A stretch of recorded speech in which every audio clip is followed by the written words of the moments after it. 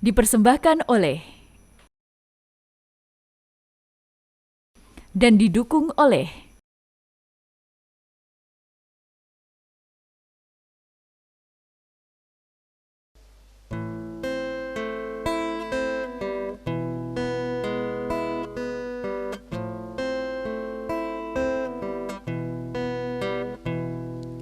Bagaimana kau merasa bangga akan dunia yang sementara?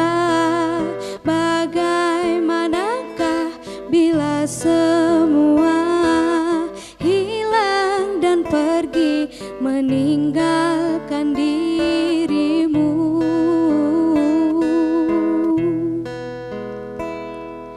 Bagaimanakah bila saatnya waktu terhenti tak kau sadari? Masihkah ada jalan bagimu untuk kembali mengulang ke masa lalu?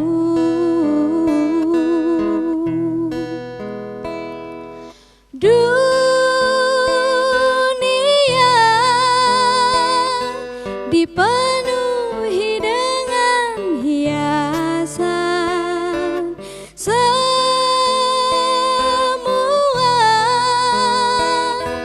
dan segala yang ada akan kembali padanya. Bila waktu telah memanggil, teman sejati hanyalah amal. Bila waktu telah terhenti, teman sejati tinggallah sepi.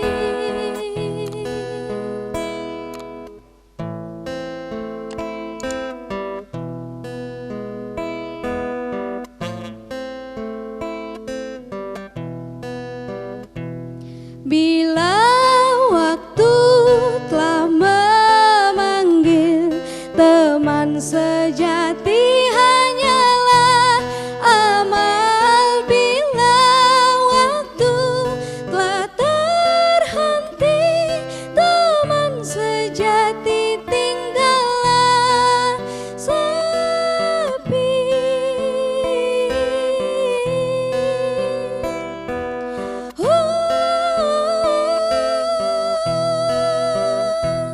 Bila waktu telah terhenti, teman sejati tinggallah sepi.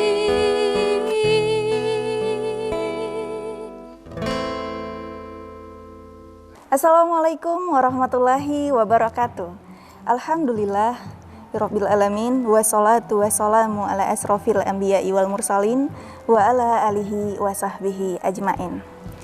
Pemirsa TV-mu dimanapun Anda berada, alhamdulillah pada hari ini kita masih dapat menjumpai Anda dalam program Kolak, kajian opini aktual agama dan kebudayaan.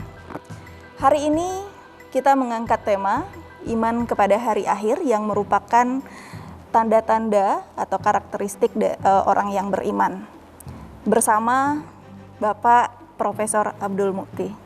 Bagaimana kabarnya hari ini, Pak? Alhamdulillah baik-baik, sehat walafiat. Puasanya lancar ya, Pak? Amin, amin, ya, mudah-mudahan. Baik, Pak, hari ini kita mengangkat tema mempercayai atau iman kepada hari akhir. Bagaimana sih, Pak, penjelasannya? Mungkin kita mulai dari artinya, kemudian setelah itu tujuan kita mengimani hari akhir itu seperti apa? Baik, terima kasih Bu Jami. Kalau kita membaca Al-Quran surat Al-Baqarah, di situ disebutkan ciri-ciri orang-orang yang bertakwa. Di antaranya adalah yang sudah kita bahas pada kajian terdahulu, alladzina yu'minuna bil ghaibi wa yuqimunas sholata wa mimma razaqnahum yunfikun walladzina yu'minuna bima unzila ilaika wa ma unzila min qablik wa bil akhirati hum yuqinun. Orang-orang yang bertakwa itu adalah orang-orang yang beriman kepada Allah Tuhan yang gaib, kemudian senantiasa menegakkan sholat, menafkahkan sebagian rezeki yang mereka miliki, kemudian orang-orang yang beriman kepada kitab-kitab dan juga beriman kepada hari akhir. Beriman kepada hari akhir itu mengandung beberapa pengertian. Yang pertama, makna dari akhir itu artinya adalah jauh. Jadi seringkali akhir itu dibandingkan dengan al-ula atau juga dibandingkan dengan al-akhirat itu dengan ad-dunya. Sehingga di dalam pengertian bahasa, al-akhirah itu artinya al-aqsa, sesuatu yang sangat jauh. Sehingga ada Masjidil Aqsa itu artinya masjid yang sangat jauh. Kalau diukur dari Masjidil Haram dengan Masjidil Aqsa itu kan jauh, Mekah dengan Palestina. Jadi Al-Aqsa itu artinya jauh menurut pengertian bahasa. Kemudian yang kedua, seringkali al-akhirah itu juga dimaknai dalam pengertian kehidupan yang bersifat spiritual, sebagai lawan dari ad-dunya yang berkaitan dengan kehidupan material. Kemudian kalau kita kaitkan dalam pengertian tadi, iman kepada hari akhir itu artinya ending. Jadi karena itu maka tadi ada al-ula, ada al-akhir gitu. Di dalam Al-Quran kita membaca di dalam surat Ad-Duha itu walal akhiratu khairul laka minal ula. Nah, kehidupan yang masa depan itu lebih baik daripada kehidupan yang terdahulu, yang ula. Sehingga akhirat dengan dunia itu seringkali dimaknai sebagai rangkaian kehidupan yang bersambung. Sehingga kalau kita memahami dari sudut pandang fase-fase atau periodisasi kehidupan manusia, itu kan dimulai dari kehidupan di dalam alam arwah. Kemudian kehidupan periode kedua itu di dalam rahim, ya. Kemudian kehidupan yang ketiga itu kehidupan di dunia. Nah, itu kehidupan ketika manusia lahir sampai manusia wafat. Kemudian ada periode kehidupan berikutnya adalah kehidupan di akhirat. Jadi itu satu kesatuan, satu rangkaian yang tidak dapat dipisahkan. Nah, karena itu maka kehidupan ini akan berakhir. Sehingga kita harus mengakui dan meyakini bahwa tidak ada yang abadi di dunia ini. Sehingga karena kita meyakini bahwa hidup kita itu akan berakhir, maka kita harus berusaha untuk bagaimana selama kita ini masih berada di dunia, masih diberikan kesehatan, masih diberikan kesempatan, masih bisa bernafas, kita berusaha untuk senantiasa berbuat baik. Kita mengisi hidup kita ini dengan amal-amal yang soleh, sehingga ketika kemudian tiba pada akhir hayat kita itu, kita akan kembali dengan segala kebaikan yang kita miliki. Karena itu maka percaya kepada hari akhir juga mengandung pengertian bahwa apa yang kita laksanakan di dunia ini itu harus kita pertanggungjawabkan di akhirat. Karena banyak orang, terutama kalangan ateis yang tidak percaya akan adanya hari akhir. Bahkan orang-orang Arab sebelum mereka menerima ajaran Nabi Muhammad, mereka juga tidak percaya akan adanya hari akhir karena mereka berpendapat hidup ini hanya ada di dunia saja. Sehingga karena itu maka mereka di dunia foya-foya dan seterusnya. Sehingga percaya kepada hari akhir itu memberikan kepada kita sebuah keyakinan bahwa apa yang kita lakukan di dunia ini itu harus kita pertanggungjawabkan. Dan karena itu maka sering kita ini diingatkan hendaknya dalam berbuat sesuatu kita harus berorientasi jangka panjang, jangan berorientasi yang jangka pendek. Nah, pengertian dari beriman kepada hari akhir juga mengandung satu prinsip, satu keyakinan agar kalau kita ini sedang bahagia, jangan lupa diri, karena bahagia itu ada akhirnya. Kalau kita sedang berduka, sedang susah, juga jangan terlalu bersedih, apalagi sampai menggerutu, menyalah-nyalahkan orang, malah mungkin sampai menyalahkan Allah. Karena apa? Penderitaan itu juga ada batasnya, dan penderitaan itu akan berakhir pada waktunya. Sehingga karena itu maka percaya kepada hari akhir itu akan memberikan satu kesadaran bahwa kebaikan itu harus kita lakukan dalam kondisi dan keadaan yang bagaimanapun. Sehingga ketika kita sedang bersedih, jangan terlalu kita ini pesimistis. Dan kalau kita kemudian sedang sukses, juga jangan kemudian kita foya-foya, sombong, takabur. Karena bisa saja berhenti secara tiba-tiba.